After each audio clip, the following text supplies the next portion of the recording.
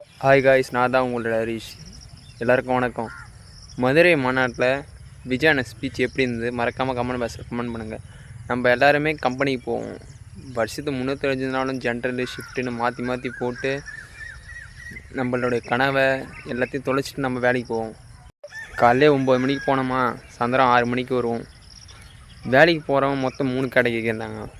ஒருத்தவன் அப்பா அம்மாவுக்கோசம் வேலைக்கு போவான், இன்னொருத்தவன் பொண்டாட்டி பிள்ளைக்கோசம் வேலைக்கு போவான், இன்னொருத்தவன் வேறு வழியே இல்லை, நம்ம வேலைக்கு போனால் தான் சூரியன்னு நினைக்கிறவன் வேலைக்கு போய் தான் ஆகணும், வேறு வழியே கிடையாது.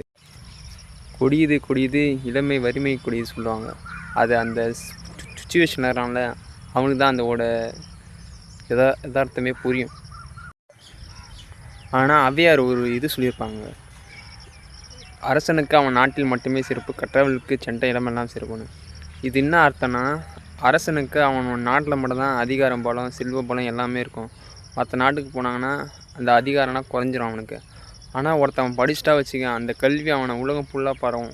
அதனால் படிங்க, படிப்பு தான் என்றைக்கு இருந்தாலும் நிரந்தரமே. இந்த மாதிரி இன்ட்ரெஸ்டிங்கான இதுவை தெரிஞ்சிக்க நம்மளுடைய சேனலை மறக்காமல் சப்ஸ்கிரைப் பண்ணுங்கள். பாண்டிச்சேரி ஹரிஷ் விலாக் மறுபடியும் பார்ப்போம்.